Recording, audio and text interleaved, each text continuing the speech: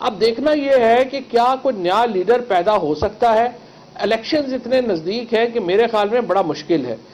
میری نظر میں جو پی ٹی آئی کی جو لوکل لیڈرشپ ہے وہ بہت ہی نالائق ہوگی اگر وہ گین نہ کرے. مجھے لگتا ہے کہ اس کا پی ٹی آئی کو بہت ہی بڑا فائدہ جو ہے وہ ہونے والا ہے انشاءاللہ.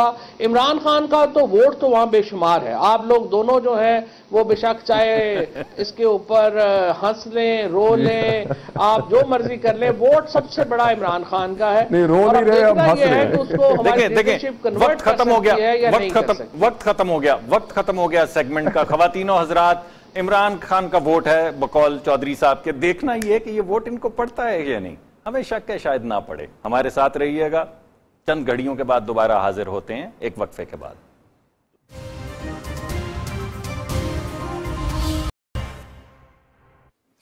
In January, the President suspended security assistance to the Pakistani military with limited exceptions for programs that directly support U.S. national security interests, which would be decided on a case-by-case basis. We may consider lifting the suspension when we see decisive and sustained actions to address our concerns, including targeting all terrorist groups operating within its territory without distinction. The United States is committed to doing our part to reduce tensions in the region in ways that address Pakistan's legitimate concerns. To be clear, Pakistanis will also help to convince the Taliban to enter into a peace process. We continue to deepen our strategic partnership with خواتین و حضرات, واپس آنے کا بہت بہت شکریہ. ہمارا یہ جو سیگمنٹ ہے یہ پاکستان اور امریکہ کے تعلقات پہ فوکس کرے گا. پاکستان اور امریکہ کے تعلقات کے حوالے سے واحد چیز جو مجھے یاد آتی ہے وہ کالج کے دنوں میں وہ پورچ کے اندر بیٹھے ہوئے لڑکے لڑکیاں پھول پکڑ کے اس کی پتیاں توڑتے تھے. He loves me, he loves me not. She loves me, she loves me not. He loves me, he loves me not. تو پاکستان اور امریکہ کی ایک عجیب و غریب کھیل چل رہی ہے جس میں he loves me اور he loves me not کے درمیان بہت سے دیگر عوامل بھی کار فرما ہیں, جس میں افغانستان, اب ہندوستان, اس کے علاوہ روس اور بھی بہت سی طاقتیں, چین, تمام جو یہ ریجنل طاقتیں ہیں وہ اس کھیل کے اندر کود پڑی ہیں. آپ نے امریکی موقف تو سنی لیا اور آپ نے دیکھا کہ یہ موقف بار بار آ رہا ہے, لیکن جو چیز آپ کے سامنے نہیں آئی وہ یہ ہے کہ اسی تقریر میں سینیٹر رابرٹ کوکر نے یہ کہا ہے کہ پاکستان پہ جو پابندیاں لگائی جا رہی ہیں وہ کام نہیں کر رہی. اور پاکستان کب سے کہہ رہا تھا کہ یہ پابندیاں کام نہیں کریں گی کیونکہ یہ مدد ہمیں نہیں چاہیے, ہم یہ اپنے بچوں کے لیے کر رہے ہیں, آپ کے بچوں کے لیے نہیں کر رہے. اب ذرا he loves me not میں پاکستانی موقف سنیے. بلاول بھٹو صاحب نے کیا کہا ہے اس تقریر کے حوالے سے, ذرا وہ سنیے. Forces, if all of America's might and the Afghan government all put together can't defeat terrorism in Afghanistan, how do we expect Pakistan to do it alone? But before Americans give another dime to your government, US government supported the Taliban and the Mujahideen in the Afghan war. They forced the Pakistani state and the government to support these forces. My mother warned the American president, George H.W. Bush, that we're creating a Frankenstein monster. But I don't want to fight about the past. And Pakistan and Afghanistan and America have to work together if we want. یعنی بلاول بھٹو صاحب کہہ رہے ہیں کہ ان کی شہید والدہ نے کہا تھا جارج ڈبلیو بش صاحب کو کہ آپ یہ کھیل نہ کھیلیں, یہ آگ کا کھیل ہے, اس میں سب جل جائیں گے, مگر پاکستان کی نہیں سنی گئی. یہ کھیل کھیلا گیا. اس کے نتیجے میں جو چیزیں ہمارے سامنے ہیں اس پہ جو امریکی موقف ہے وہ بھی آپ نے سن لیا. اب ہمارے پاس دو مبصرین ہیں, بہترین مبصرین ہیں, زاہد صاحب زاہد حسین صاحب جو اکثر آتے ہیں اور امریکی تعلقات پہ تبصرہ کرتے ہیں, اور عائشہ تنظیم صاحبہ جو کہ وائس آف امریکہ کی یہاں پر ہیڈ ہیں اور بہت زیادہ اچھا اور کرٹیکل ہمیں ویو دیتی ہیں, جس کے اندر ایک طرح سے ایک شفاف آئینہ ہوتا ہے, ہمیں وہ اکثر دکھاتی رہتی ہیں. تو آج یہ دونوں کا ہم دیکھتے ہیں ایک کا موقف کیا ہے اور آئینہ کیا کہتا ہے. تو پہلے زاہد حسین صاحب سے بات شروع کرتے ہیں. زاہد صاحب, آپ کیا تبصرہ کریں گے ان دونوں خاکوں کے پہ؟ دیکھیں, ایک تو بات صاف ہے کہ جو ہے اس وقت امریکہ کے میں کنفیوژن ہے کہ پالیسی کیا ہونی چاہیے افغانستان میں. 17 سال کی جنگ میں اگر آپ دیکھیں تو جو حاصل ہوا ہے, ایک مجھے اس پہ مقولہ یاد آتا ہے, ایک رابرٹ گرینیئر تھے یہاں CIA کے اسٹیشن چیف ہوا کرتے تھے 2000 سے لے کے 2003 تک. ان کی ایک کتاب آئی تھی جس کا نام تھا 88 Days from Kandahar.